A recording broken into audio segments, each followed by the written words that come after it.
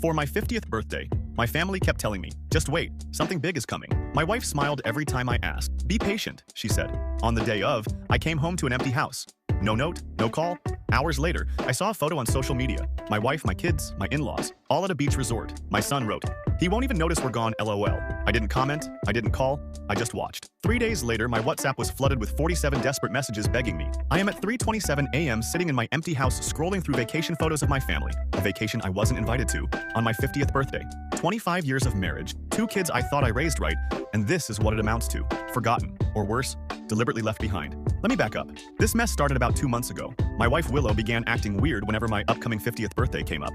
Not bad weird, but secretive weird. Whispering on the phone, closing her laptop when I walked into the room, that sort of thing. My daughter Piper, 20, started giving me these little smiles and saying stuff like, "Dad, you're gonna love what's coming for the big 5-0. Even my son Tomas, 23, who's usually too cool to care about family stuff, was dropping hints. I'm not gonna lie, it got me excited. 50 is supposed to be a milestone, right? I didn't expect anything crazy expensive because we're not that kind of family. We're comfortable, but not rolling it. Piper's college tuition takes a chunk of our savings, and I just helped Tomas with the down payment on his first apartment last month. That was $4,000 I didn't really have to spare, but that's what dads do, right? All the secrecy had me thinking maybe they were planning a surprise party. Willow kept telling me to be patient whenever I tried to fish for details. My father-in-law, Otis, even called me out of the blue last week, something he never does unless he needs something fixed at his house, just to ask what day I was taking off for my birthday. I told him I had requested the actual day, this past Tuesday, except I didn't get the day off. At 6:15 a.m. on my birthday, my boss called asking if I could come in because we had an emergency at the Riverside project. Someone had to be there, and guess who that someone always is? I called Willow from the car to tell her I'd be late, but would definitely be home by dinner. She sounded strange on the phone. Distracted, just said, "That works out fine," and hung up quick. I spent my birthday dealing with a water main break and equipment problems. No one at work even knew it was my birthday. I didn't mention it because I'm not that guy, and honestly, I was looking forward to whatever was waiting at home. I even stopped and bought a bottle of the good whiskey on the way back. Figured I deserved at least that much. At 5:53 p.m., I pulled into my driveway. No extra cars parked outside, so much for the surprise party. House was completely dark. Weird, but not alarming. Maybe they were hiding? The house was empty. No decorations, no cake, no wife, no kids. No note on the counter explaining where everyone was. I checked my phone. No messages. Called Willow. Straight to voicemail. Called Tomas. Same thing. Texted Piper. Nothing. By 7:30 p.m., I was sitting alone at my kitchen table staring at that unopened whiskey bottle, wondering if there had been an accident or something. Called the local hospital. Nothing. Called Willow's sister Lindsay. No answer. At 8:14 p.m., still alone on my birthday, I opened my whiskey and poured a glass. That's when I decided to check Instagram. I don't post much, just follow the kids to see what they're up to sometimes.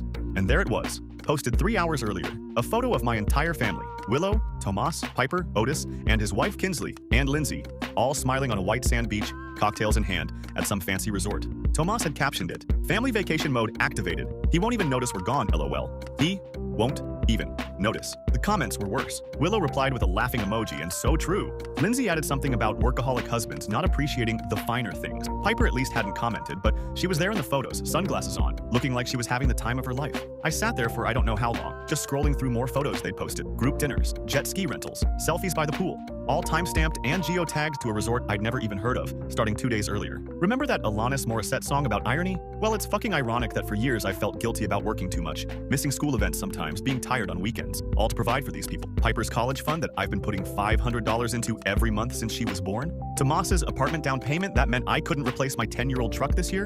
The mortgage I've never missed a payment on. The vacations I couldn't afford to take because someone always needed something more important. I don't know what kicked in, shock, rage, or some weird sense of calm, but I didn't call them, didn't text, didn't comment on the photos, just poured another whiskey and started thinking hard. First thing I did was check our bank accounts. Sure enough, $4,000 had been withdrawn from our joint savings account last Friday. Exactly the same amount I'd given Tomas for his apartment. Coincidence? I don't fucking think so. I scrolled back through older social media posts and found Otis had been making comments about a special family trip for weeks. So this wasn't spontaneous. This was planned. Planned without me.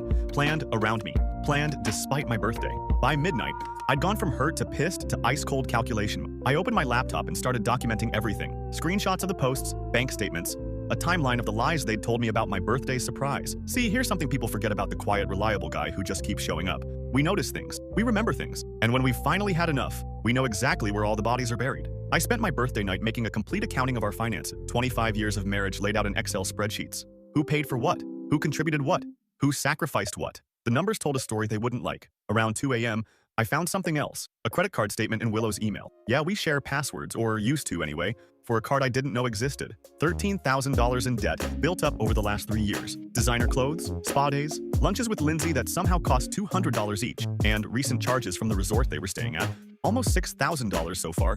I'm not a guy who usually cries, but I'll admit I felt that pressure behind my eyes. Not sad tears, angry ones. Wondering how I could be so fucking invisible to the people I've given everything to. Morning came, and still no messages asking if I was okay. No happy birthday texts, nothing. Just more beach photos and a video of Tomas doing karaoke with Otis. The tagline? Dad would hate this LOL. I showered, went to work, came home, checked social media again. Day 2 of their vacation was in full swing. Comments from Willow's friends asking how the resort was. Her reply? Heaven. So nice to get away from real life for a while. Real life, that's me. I'm real life. The thing she needed to get away from. I poured another whiskey and made some decisions. First, I called my bank at 9 a.m. sharp on day 2 and rerouted my upcoming paycheck to a new account they set up for me. Second, I called my buddy Cody who went through a divorce last year and asked for his lawyer's number. Third, I started moving Willow's things to the guest bedroom. I wasn't being hasty. I was being methodical. Like when you discover termites in your foundation. You don't just patch over it and hope for the best. You dig down, find out how deep the damage goes, and decide if the structure is worth saving. On day 3 of their vacation, and day 2 after my forgotten birthday, I finally got a text from Piper. Just a casual, "Hey dad, how's it going?" Like they weren't all at a beach resort without me. Like it hadn't been my milestone birthday. Like everything was normal. I didn't answer. An hour later, Tomas texted asking if I could check if he'd left his laptop charger in his old room. Nothing about where they were, nothing about my birthday. I didn't answer that either. By evening, the messages started getting concerned. Willow texted asking if I was mad about something. Piper called twice. Tomas sent a weird message saying, "Mom's freaking out a little. Can you just text her back?" I didn't answer. Instead, I posted my first Instagram photo in months. Just me, at home, with a birthday cake I'd bought myself from the grocery store. No caption, no tags, just a date stamp. That's when the dam broke. At exactly 9:44 p.m. on day 3 of them being gone, my WhatsApp started blowing up. Message after message. Willow in full panic mode. Tomas actually showing concern for once. Piper sending voice messages that got increasingly tearful. By midnight, I counted 47 messages across all platforms. Texts, WhatsApp, Instagram DMs, even emails. The last one from Willow just said, "We're coming home tomorrow. Please be there. We need to talk." Oh, we'll talk all right. But first, I needed to make one more stop. To pick up new locks for the doors. Because some lessons about taking people for granted need to be carved in stone, not written in sand. Update 1. First, thanks for all the support on my last post. Didn't expect thousands of comments. Some of you called me a doormat. Others said I should burn everything to the ground. Appreciate the fire, but I'm more of a slow burn guy. Always have been. So, the 47 messages. Message number 1 came at 9:44 p.m. exactly, 3 days into their beach vacation. Just a simple, "Norman, are you there?" from Willow. By message number 47 at 3:28 a.m. She'd graduated to, "Please just answer me, I'm freaking out. I've been married 25 years. Never once in all that time have I deliberately ignored my wife when she needed me. Never once have I shut her out when she was worried. Even during our worst fights, I always picked up the phone. But there's a first time for everything. I didn't sleep that night. Just sat on our back deck watching those messages pour in while scrolling through their Instagram feed. The contrast was something else. Willow typing, "Norman, please, I'm worried," while her profile showed her grinning at a beachfront restaurant just 2 hours earlier. Tomas asking if I was okay while tagging himself at a jet ski rental. Piper sending tearful voice messages from a poolside cabana. Around 5 a.m., I made coffee and started methodically documenting everything. Screenshots of social media, bank statements, text threads. I printed it all out and organized it in a folder. Sounds crazy, but it helped me think. The new deadbolt and doorknob set sat on the kitchen counter, still in the packaging. I wasn't sure yet if I'd install them. That felt like a line I might not be able to uncross. At 7:15 a.m., the first call from Otis came through. I let it go to voicemail. He left a 2-minute message that started concerned and ended with him saying I was behaving like a child. Classic Otis. Always thought I wasn't good enough for his daughter. Always made little comments about my modest house or reliable car. Code for, "You're not as successful as I wanted for Willow. I went to work like normal. Did my job.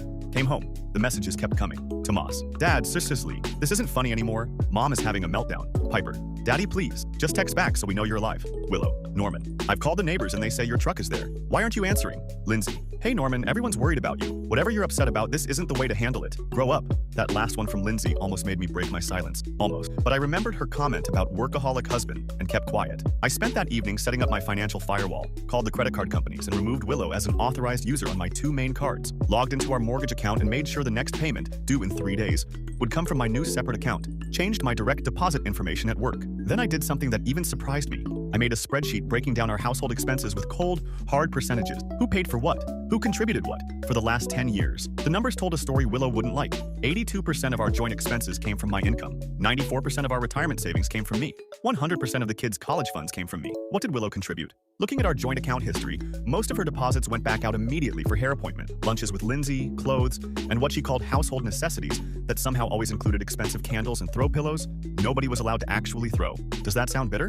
Yeah, maybe it is. But 25 years of feeling vaguely guilty for working too much? It's different when you realize it was your work funding their fun. Around midnight, I found a text thread between Willow and Lindsay from 2 weeks earlier. Willow, should we even tell Norman about the trip? Lindsay, why bother? He'll just complain about the cost. Willow, true LOL. It's not like he ever pays attention to anything but work anyway. Lindsay, he probably won't notice until the weekend. Willow, if that soon. That was the moment something inside me hardened. I'd been holding on to a tiny hope that maybe, there was some massive misunderstanding. That text killed it. By day 4 of their vacation, the messages had a new tone. Anger. Tomas? Dad, WTF. Mom's been crying all night. What is your problem? Willow. I don't know what game you're playing, but this is cruel, Norman. Otis. Norman, you're proving exactly what I've always thought about you. Selfish and immature. Day 5 brought panic as they realized I was still radio silent. Willow. We're cutting the vacation short. Coming home tomorrow. Please be there. Piper. Dad, I'm scared something happened to you. Tomas, if you're doing this on purpose, it's seriously fucked up.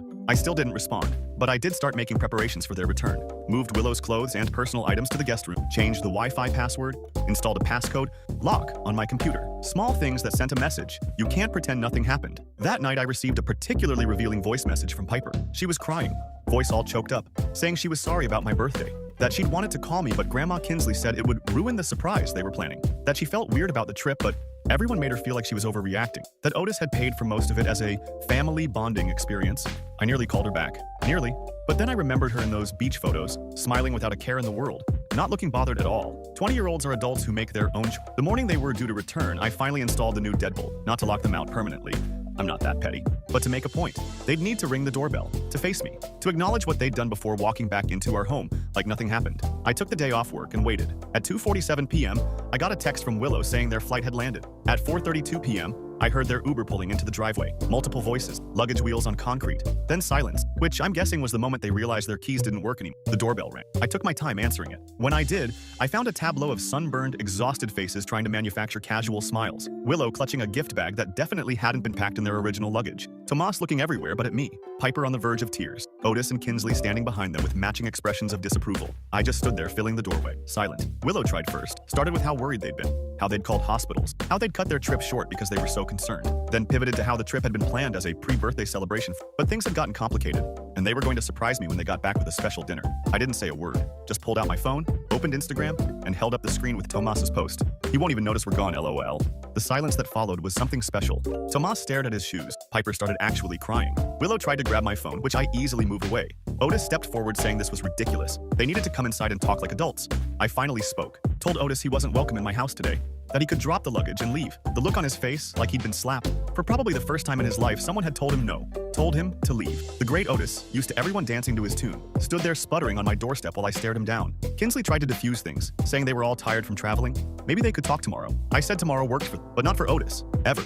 After they left, I let Willow, Tomas, and Piper in. The house felt different with them in it. Smaller, tense. Willow noticed her things missing from our bedroom immediately and demanded to know what I'd done. That's when I brought out my folder, the screenshots, the bank statement, the expense breakdown, laid it all out on the kitchen table and told them I had just one question. When exactly did I become so worthless to this family? Willow tried to turn it around, said I was being dramatic, that it was just a vacation, that they'd planned to celebrate my birthday when they got back. I showed her the text thread with Lindsay. Her face went white. Tomas tried to downplay his Instagram caption, said it was just a joke, that everyone exaggerates on social media. I showed him his own comments from the past year. All the little digs about me being absent, being boring, being typical dad. His excuses dried up. Piper just cried. But even through the tears, she let slip that the trip had been planned for months. That it was originally supposed to include me, but Otis had convinced Willow it could be a family reset without my negative energy bringing everyone down. By 7 p.m., we'd reached the heart of it. The ugly truth nobody wanted to say out loud. They'd created a narrative about me. Norman, the boring provider. Norman, the absent father. Norman, the workaholic. That made it easy to justify treating me like garbage. They'd convinced themselves I wouldn't care about being excluded from my own family, that I wouldn't notice, that I wouldn't feel. And the most painful realization, they weren't totally wrong. I had let work become my identity. I had missed events for overtime. I had been quiet when I should have spoken up, but I was speaking up now. I told them I'd moved most of my money to a separate account, that I'd pay the mortgage and utilities for 3 months while Willow figured out her next steps, that I'd continue supporting Piper's education directly, but not through their discretionary spending, that they had 3 months to either rebuild our marriage on new terms or prepare for divorce. Tomas stormed out, saying I was being unfair. Piper went to her room in tears. Willow just sat at the table, staring at the stack of evidence I'd compiled, looking like someone had just told her Santa wasn't real. Around midnight, my phone pinged with one final message from Willow. I never meant for any of this to happen. The trip was supposed to be your gift, some time alone to relax. We were going to surprise you with something special when we got back. I don't know how things got so twisted. I read it 3 times. Each time, my reaction was the same. Pure disbelief. Even now, even after everything, she was still spinning, still rewriting reality. I typed out my response carefully. I have the receipts, Willow. All 47 of them. Plus about 100 more you don't even know about yet. The time for lies is over. Then I turned off my phone and went to sleep in my own bed for the first time in days. Alone, but not lonely. There's a difference. Tomorrow would bring hard conversations and harder decisions. But for the first time in 25 years, those decisions would be on my terms. Finally, update. First morning after the confrontation, I woke up at 4:17 a.m. to the sound of someone crying. Muffled, but definitely coming from inside the house. Took me a minute to realize it was Willow in the guest room. Weird thing? I felt nothing. Not satisfaction, not guilt, just nothing. For those asking for updates, it's been 2 weeks since my family returned from their beach getaway. 2 weeks of awkward breakfasts and tense dinners. 2 weeks of whispered phone calls and slammed doors. 2 weeks of reality crashing down on 25 years of marriage. The morning after they returned, I expected big dramatic scenes, tearful apologies, desperate promises to change. That's not what happened. What happened was Willow came downstairs at 7:30 a.m., made coffee like it was any normal day, and asked if I'd gotten it out of my system yet, like my reaction was some kind of tantrum that needed to run its course. I just looked at her for a long moment, then slid my phone across the counter with the screenshots still open. The ones where she and Lindsay discussed whether I'd even noticed they were gone. The ones where she laughed at Tomas's caption. She stared at them like she was seeing them for the first time, then tried a new angle, said her phone must have been hacked, that she never wrote those things, that someone must have used her account. At 7:43 a.m. exactly, I realized my wife of 25 years would rather invent an elaborate conspiracy theory than admit she'd been callous and cruel. That's when I handed her the printed bank statement, highlighted every withdrawal from our joint account for the trip, showed her the credit card statements from her secret card, laid out how I'd supported this family for decades while she'd built up $13,000 in hidden debt. You want to know the craziest part? She didn't even seem that concerned about the money, just kept saying Otis would help her pay it off, that I was being petty, focusing on dollars and cents when the real issue was my workaholism. Isn't that some shit?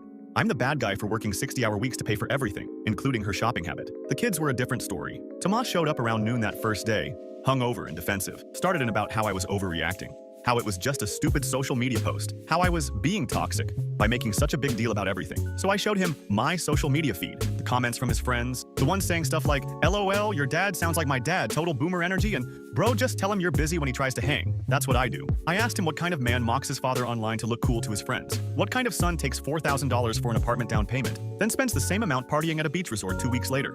He didn't have good answers, just mumbled something about how I don't understand how social media works. And left. Hasn't been back in 5 days. Piper was different. She actually apologized, said she felt pressured by Kinsley and Otis to go along with the trip, said she'd wanted to call me on my birthday, but Willow told her I was probably too busy anyway. I believe her, mostly. But I also saw her in those beach photos, grinning at sunset cocktail hours that she's not even legally old enough to attend. Not exactly looking tortured by guilt. So yes, I'm still paying for her tuition, but directly to the school now, not through the joint account where money mysteriously vanishes. Around day 3 after their return, things escalated. Otis showed up unannounced at 6:15 p.m., right as I was microwaving leftovers. Walked in without knocking because Willow had given him the new door code. Started in immediately about how I was being unreasonable, how I was destroying this family over a misunderstanding. I didn't yell, didn't throw him out, just calmly asked him how much the resort cost. He puffed up, said that wasn't the point. I asked again, exactly how much did you spend taking my family on vacation without me? That's when he dropped the bombshell. $8,600 for 5 people, for 5 days. Do the math. That's over $300 per person, per day. I've never spent that much on any vacation in my life. Our family trips were always budget-friendly. Camping, road trips, the occasional weekend at a basic hotel with a pool for the kids. I asked Otis if he knew how much I had in Piper's college fund. He didn't answer. I told him anyway. $25,000, scraped together $500 at a time over years. Money that could have gone toward vacations or a better car or home improvements. But I chose her future instead. Then I asked him how much he'd contributed to his granddaughter's education. His face went red, started sputtering about how that wasn't the point, how he'd created opportunities for Willow and the kids in other ways. Opportunities like teaching them it's okay to exclude the person who pays for their lives. Opportunities like showing them that loyalty and respect matter less than beaches and cocktails. I told him he had 30 seconds to leave my house before I called the police to report trespassing. He left at 6:27 p.m. Haven't heard from him directly since. Willow lost it after that. Called me cruel for speaking to her father that way. Said I was jealous of him. Said the real reason I was upset was because I could never provide the kind of experiences for my family that he could. And you know what?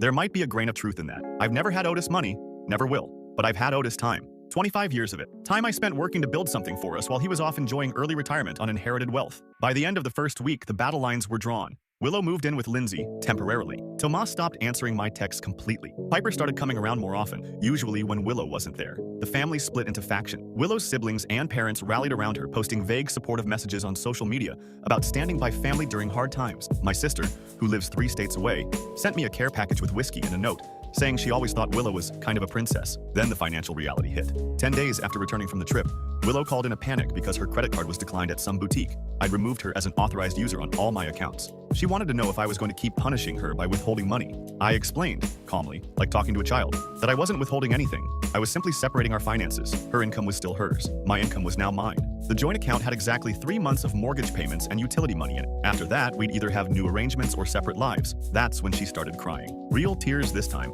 Not about our marriage or my feelings or the family being torn apart. About money. At 11:43 p.m. that night, I got a text from Otis. Just 4 words. Let's discuss a settlement.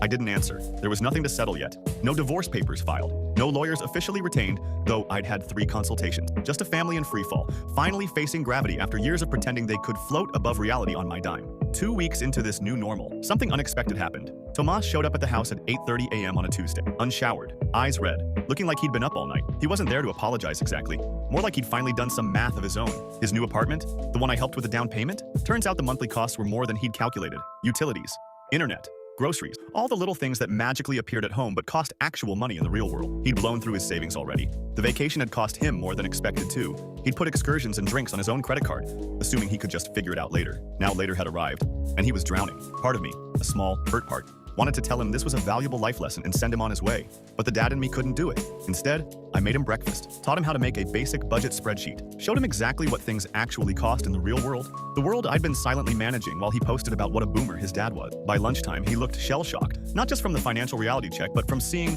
maybe for the first time, what I actually did for this family beyond just existing as a punchline for his social media jokes. He didn't say sorry, not directly, but he did something that hit me harder than any apology could have. He deleted all his social media apps right there at the kitchen table, said he needed to get his head straight without the constant noise, asked if he could come over on Sundays for me to help him figure out this adult shit. Progress, I guess.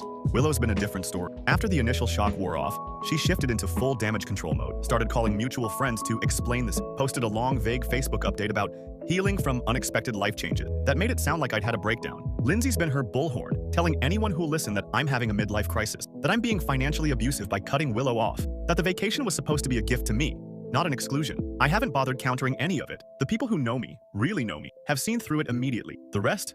Not worth my energy. Piper's been caught in the middle, feels guilty for going on the trip, feels guilty for still wanting a relationship with me, feels guilty for being angry at her mom, just guilt all around. I've tried to make it clear she doesn't need to choose sides, that I'll always be her dad regardless of what happens with Willow, that her college is still covered, that her future is secure. 3 weeks in, Willow finally came by to talk for real, sat at the kitchen counter where we've had breakfast for 20 years, asked if I was really going through with this, if I was really willing to throw away our marriage over one mistake. I pulled out my phone, showed her the 47 messages again, asked which one acknowledged it was my birthday, which one apologized for excluding me from a family vacation, which one showed any real concern beyond fear of getting caught or exposed. She couldn't point to a single one. Then I asked her the question that had been burning in me for weeks. When did I become someone you could just write off? When did I become so invisible that you thought I wouldn't notice or care? What she said next changed everything. She said it wasn't sudden, that for years, maybe a decade, she'd felt like we were living parallel lives, that she'd tried to connect, but I was always working, always tired, always focused on providing rather than being present, that eventually she just adapted, built a life that didn't require my active participation.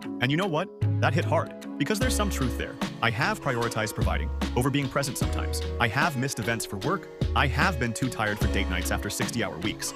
But I also coached Tomas's Little League games, helped Piper with science projects, mowed the lawn and fixed the leaky faucets, and kept the cars running and the roof over our heads. I showed up in all the ways I knew how, just not the ways Willow wanted, apparently. We talked for 4 hours that day. Real talk, hard talk, about expectations and resentments and the slow drift that happens when two people stop seeing each other clearly. At midnight, she asked if there was any chance for us, if I could forgive her for the trip, for the secret credit card, for the years of small betrayals that led to the big one. I told her I honestly didn't know. That forgiveness might be possible, but forgetting wasn't. That trust, once broken, leaves scars even when it heals. She moved the last of her things to Lindsay's the next day, said she needed time to figure out who she is without me, whatever that means. It's been 1 month now since my 50th birthday. 1 month since I came home to an empty house and discovered just how invisible I'd become to the people I thought were my world. Some days, I'm angry. Some days, I'm just tired. But most days, I'm finding a strange new peace in being visible to myself for the first time in decades. I've started swimming at the community center 3 mornings a week, been going to happy hour with guys from work occasionally, even joined a hiking group that meets on Saturday. Tomas comes by every Sunday now for what he calls adulting lessons. We cook dinner together, go over his budget, talk about things that matter. Piper splits her time between Lindsay's place and mine. navigating the new family geography with as much grace as a 20-year-old can muster. Willow texts daily, alternating between nostalgic memories and practical questions about bills. I answer the practical, leave the rest on read. Yesterday, I got a letter from a divorce attorney representing her. Standard stuff. Reasonable requests actually. She's not going for the jugular financially, which surprised me. As for me, I finally changed my social media status from married to it's complicated. Because it is. Life is complicated. Families are complicated. Love and hurt and forgiveness are complicated. But one thing isn't complicated anymore. I'm not invisible. Not to my family, not to my friends, and most importantly, not to myself. And that visibility, that was worth the price of a beach vacation I never got to take. Real Reddit stories. If you love wild things and crazy drama, hit that subscribe button and drop a like to help more people find the madness.